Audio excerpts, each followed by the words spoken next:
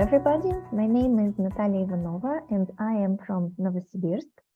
At the moment, I am working for the Trendy English community and I'm responsible for CPD programs for teachers. Also, I am the teacher trainer at Teachers for Russia project in Siberian region, and I'm also a teacher with lots of years of experience.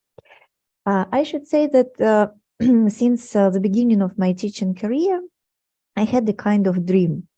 I wanted that my students were engaged into the lessons, not only because their teacher wanted them to do some of the activities, but because they themselves wanted to take part in all the activities during the lesson. And I think I found one day a very good solution. And now my students are really motivated and I'm ready to share my ideas with you. Let us start with a photo. This photo was taken during the Pecha Kocha Night event, which we organized at the language school I used to work for. Is there anything unusual for you? So look attentively at the picture and try to think, is there anything unusual? I should say that there are two groups, and as you see, one is wearing pajamas and the other group is wearing, let's say, black and white uniform. And I should say that for the teenagers, it's really very brave to wear pajamas for a public event. Yeah, and then I would like to ask you two more questions to think about. What group do you think has chosen the topic for Pecha Kocha Night without help, their teacher's help, and why do you think so? You may pause the video, think for a minute, yeah, and then continue to find out my answer. Okay, I think you have got some ideas. And I should say that if you think that the group in the pajamas has chosen the topic for Pecha Kocha Night without their teacher's help, you are absolutely right. This group was given a choice, and so they decided themselves what topic they are going to present, what clothes are they going to wear, and also they have chosen all the pictures for their PowerPoint presentation. And during this competition, yeah, because Pecha Kocha Night is a kind of competition between the groups. So during this competition, they were very creative, and I should say they were the most relaxed and self-confident group I have ever seen in my life. And there is an explanation for that. Хотите постоянно развиваться в преподавании иностранных языков? Школа Дмитрия Никитина проводит образовательные тренинги, конференции и курсы для преподавателей. Подробности о событиях можно узнать по ссылке в описании. If you have heard about the theory of motivational triggers, you should know that choice is one of the motivational triggers. And if a person is given a choice, so the person is able to decide himself or herself what to do, how to do it, it boosts the level of your inner motivation and you are very engaged in the process and you think the task you are going to do is very, very important. Yeah, and that's why you feel confident because this is your decision, yeah, and you are to do this. So the same happened to that very group of students, yeah, who was wearing pajamas. And also lots of researchers proved that choice is the greatest power. Yeah, first of all, if you give a choice, yeah, to your students, it inspires to learn new things. Because you yourself decide, yeah, what you want to learn, and usually you do this. Then it also increases effort and task performance. And while when we give a choice, yeah, to our students, we teach them responsibility, because if you have made a decision, you are to be aware of all the consequences, yeah, and so we somehow teach our students to be responsible, which is a very important life skill, as I think. Or also, if you work with the teenagers, you have noticed that some of them can't make decisions, so they don't know how to do this. And so if we practice it in the classroom, we teach them how to make decisions in our life. And actually our life consists of a range here of different decisions we made every second of our life. So this is also very important. And as I mentioned before, if we give a choice to our students in the class, they think that this activity they have chosen themselves is very, very important. Yeah, it was not the teacher who told to do something. Yeah, they have chosen this or that activity themselves, and so this is important, and they are to complete it. So I hope I convinced you that the choice is really the greatest power, and you try, if you try to use it in the classroom, your students are more engaged in what is going on, and they are more effective and successful learners, which is very important for us, and I'm sure in it. Let's go on, and let's discuss when to give choice in the classroom. This is a good question. And here you can see a typical stages of a lesson. Yeah, and now I may ask you to pause a video and choose, at what stages do you think we are to give choice to our students? If you think it's an warm-up, just write number 1. If you think it's presentation number 2, and so on. And if you think that we can give choice to our students at any lesson stage, yeah, you may write 10. Okay, I hope you have some numbers, and those who have 10 are absolutely right, because we can use different types of activities with a meaningful choice at any lesson stage. And the more activities they use, the better it is. As I do not have a lot of time to give you all the examples which we can use at all the stages, I have chosen 4 stages. Yeah, and now I'm going to share some ideas what you can do during different stages of the lesson to give the choice or the voice or the freedom, as you can call it, to your students. Let's start with the warm-up. What do we usually do during the warm-up stage? Usually we ask about the mood. We ask maybe about the events that happened before the lesson or recently, whatever. Sometimes students discuss some topics we teachers provide them, and that's it. But the warm-up stage is, I think, one of the best stages to start with the choice. The easiest way is just to write different topics on the board, and the students are to choose what topic they would like to discuss with their partner. And one more way out is to ask the students to come up to any 3 or 4 classmates and talk to them about the thing you ask them to talk. So this is the choice of the partner, at least it but it also works. I found another activity which is very easy to complete, very easy to do in your class. It's a low preparation activity, and you may start any lesson with it because it will be different anytime. The only thing you are to do is to write the letters of the English alphabet on the board, and then you ask your students to give their associations, to give the words which start with the letters of the alphabets, and these words should be meaningful for the students. They are not just random words, but some words which mean something for your students. And you can see an example here. So the students gave the words like this, April, for A, B, behavior for B, F for friends, H for homework. So these words were meaningful for them at that very lesson.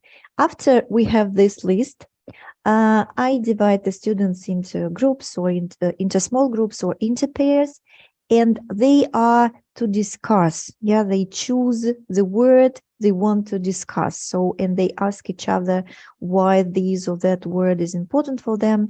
Or you may simply give them 30 seconds to talk about the words they have chosen. So there is a lot of choice in this activity, and usually the warm-up like this engages students a lot, and then it is very easy to continue the lesson because the students are interested in each other and they're ready to talk, they're ready to communicate, and so you may do whatever you want and you see a real result in the end of the lesson. Okay, that was the warm-up stage, and we go to the next stage, which is usually a practice stage. Хотите постоянно развиваться в преподавании иностранных языков? Школа Дмитрия Никитина проводит образовательные тренинги, конференции и курсы для преподавателей. Подробности о событиях можно узнать по ссылке в описании. Here, there are two examples I would like to share with you. The first one is about teaching vocabulary. Sometimes during the lesson, we need to help our students memorize expressions we study. And one of the activities which gives a lot of choice and motivates teenagers is called photo quest. It is very easy to organize. You just ask your students to pick up their mobile phones, to switch on their photo cameras, and they are to make the photos of a specific vocabulary you study. Let's imagine that your topic is appearance. So then the teacher asks the students to look around and to make a photo, for example, of a person with the curly hair, or to look around and make a person with blue eyes, and so on. I think you've got an idea. Then the students have got a kind of a picture dictionary in their mobile phones. Yeah, then we check what they have, we discuss, then they may ask each other, yeah, could you show me a person with the blue eyes, or could you show me a person with the curly hair? They compare the pictures, yeah, and where is the choice? The choice is just to find the, let's say, model, yeah, for their picture, and this is very engaging and very interesting for the students. Another type of an activity can be used when you work on some grammar structures. Sometimes when you open the book, you see that there are 5 or 6 or even 8 exercises of a fill-in kind. Yeah, your students have to complete during the lesson. And you realize as a teacher that it is actually very boring for your students to sit and to fill in the gaps for a long time. Once I've tried one technique and it worked well, so I'm ready to share it with you. So what I do now when I see a lot of grammar activities we are to do with the students. So first of all, I divide the students into small groups, and first of all, their task is the following. They know that they would have only 5 minutes to complete 5 exercises, which is a minimum time, and let's say it is impossible maybe to complete 5 exercises in 5 minutes. And first of all, they are to discuss and to work out a strategy, what they are going to do. And usually the groups encounter the following strategies. So some of the groups divide their exercises, and so each member of a small group completes his or her own activities, and they check, and then we check it as a whole group. And another type of the strategy is when they do it all together, but very, very quickly. So one by one in this group, solving the tasks.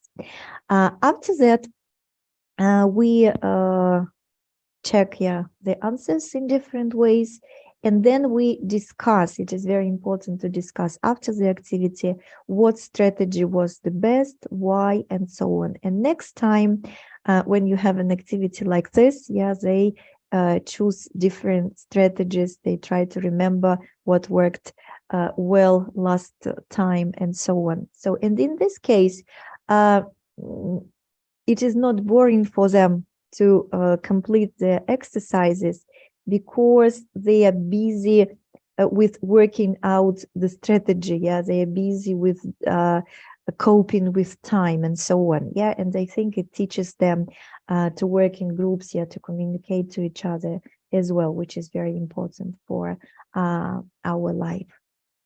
And the next lesson stage is usually practice, when we are to revise something, when we are to see if the students know well how to use this or that vocabulary or use grammar structures correctly. And one of my favorite activity is on the slide. It's also a kind of low preparation activity. You are to find a map of the world and bring it into the classroom, and you are to write some collocations or word expressions or words you've studied with your students. And the students are to associate the word with the country and explain their choice. Let me show how it works. For example, if you can see, there is an expression better cook. Some students usually think that better cooks are in France because French cuisine is very tasty. Some students think it's Italy, so better cook is associated with Italy because a lot of teenagers like pizza and pasta and the stuff like that. And sometimes, so once, I had a situation like that, and one of the girls, from my group, she said that better cook lives in Russia because my mom is the best cook in the world. So why not? There isn't any correct answer here. So the more ideas they give, the better. And this is a kind of choice. They choose the vocabulary, they choose the country, and they choose the explanation. They are very motivated, and sometimes I could hardly stop them to continue the lesson, to choose to go on to the next activity. And also it is about personalization, because they use their experience to give explanations to each other, and it works well for the team building as well, as they find out some interesting facts about the classmates. So this activity is one of the best to revise vocabulary. And next stage is the homework. I don't know what about you. I still continue asking my students to do their homework. I know that some of the teachers nowadays refused of giving homework to the students, because students usually do not have time, or they do not complete the exercises they ask them to do. And I found a way out, and I should say that the percentage of the students who come to the lesson ready going up. And so there are three ways to help you to show the students that homework is necessary to do, and to make them engaged in this activity. So the first thing you are to do, you can do, let's say so, you can allow your students to choose the tasks for their homework. I usually write a list of 10 activities on the board. Then the students see the activities, they are shocked, like, what? 10 exercises for homework? And they say, no, you are to choose any 3 you like, but you are to explain why would you like to choose this or that activity. And it is like this. Some students decide that they are to complete grammar exercises and then explain it like I need more practice with grammar. Some of the students choose texts for reading, explaining their choice that they like reading and they would like to know more information about the topic we study, and so on. And as a result, usually 80 or 85% of the students complete their homework because it was their choice. And as we know, when the students decide themselves what to do, they think these activities are very, very important, and usually they do what they promised to do. Another way to give a choice to your students while giving them the homework is to choose, to ask them to choose the format. So they can do the activities orally, or they can do activities in the written form. It doesn't matter. They choose themselves.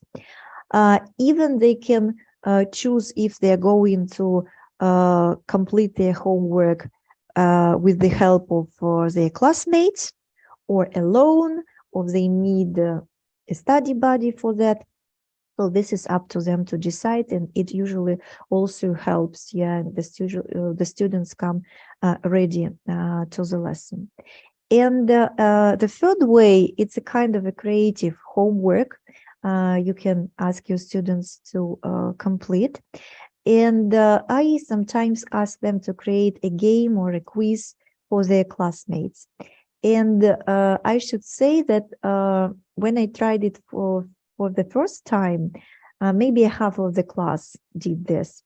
But they were so interested and they enjoyed the quizzes which were made by their classmates that next time I set the same type of the homework, all 10 students from my group came with the quizzes or with the games, and it was fantastic. So they wanted their classmates to tell them thank you and to say wow, what a quiz, and so on. So students really enjoy the tasks like that. And here some of the two photos, these are an example. So one of the students made a kind of handmade board game with the vocabulary we studied, and another girl, she invented a kind of game where you are to make different types of sentences using the words depending on a random number, which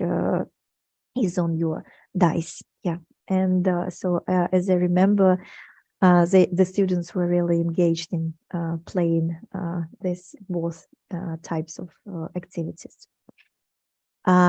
Okay, these were the lesson stages, but I should say that there is one more thing we can delegate to our students, and this is a search for supplementary materials. I don't know what about you. I've been maybe twice or three times in the situation when I had spent quite a lot of time, and I found, as I thought, a fantastic video for the topic had with the students. But when I brought it into the classroom, my students were not so enthusiastic, and they were surprised to see such type of the video. And then there were the comments like, what a boring video, why should we watch it, and so on. When I was young, I got angry with the students, and I would say that I would never bring anything interesting to you. But then I grew up a little bit, and I decided to ask for help, my students for help. And a very simple technique appeared. So now when we are going to start a new unit, we do the following. I usually give about maybe 15 or 20 minutes for the students to flip through the pages of the unit we are going to study and to create a kind of a mind map. in this mind map, there are the topics which are from the unit, the texts we are going to read, or the audios we are going to listen. And then the students add their own ideas. So what they would like to know more about this topic, what they would like to discuss. As you see, some of the things are crossed out because the authors of the book, it was Macmillan's Gateway B1 level, if I'm not mistaken, and the unit Pure Science, and there was a text about Ig Nobel Prize. This is opposite to Nobel Prize, but the students said, we don't want to talk about these things. Let us talk about real Nobel Prize winners. I said, okay, let's do this. Then you are to find some information. In next lesson, we are going to share what you have found. And what a surprise, they all came with lots of interesting facts about Nobel Prize, about Nobel himself, and so on. And it was a lesson which my students asked me to organize, and they were ready for them. And it was fantastic. Also, while listening to some audio about the smart home, the students asked me, so in this audio, Bill Gates' house was mentioned, and they asked me if I knew anything about his house. And I said, okay, let's see next lesson what kind of house he has and why it can be called a smart house as well. And I made a special lesson plan, which is a kind of supplementary material. And the lesson was very interesting for the students, and they said me, thank you for that lesson, and they found a lot of interesting facts. And there were two more things, so the students themselves suggested making a kind of top 10 inventions of the world, and there was a kind of battle. Everybody brought his or her top 3 inventions, and then we've created a list of our class top 10 inventions. It was also very engaging lessons. And as about biomimicry, I should say that I haven't heard this word before. My student Lena told me about. So there was a girl, and after reading a text about Velcro, she told, I know this scientists are called science is called biomimicry. I know, so they study nature and then they make their own inventions using the facts they found about the nature. I said, wow, what's an interesting information. And she said, and I know a very interesting video. May I bring it next lesson? I said, okay, why not? And so I helped her to organize a kind of lesson, and she was a teacher. And to my surprise, the students were very, very attentive, and they were engaged. And I was a little bit envy because I thought that maybe Lena's lesson was more interesting than my lessons. Okay, it is a kind of joke, but still it happens sometimes, and you may allow some of your students to be teachers for some time, to engage them, and the students are really motivated about it. Хотите постоянно развиваться в преподавании иностранных языков? Школа Дмитрия Никитина проводит образовательные тренинги, конференции и курсы для преподавателей. Подробности о событиях можно узнать по ссылке в описании.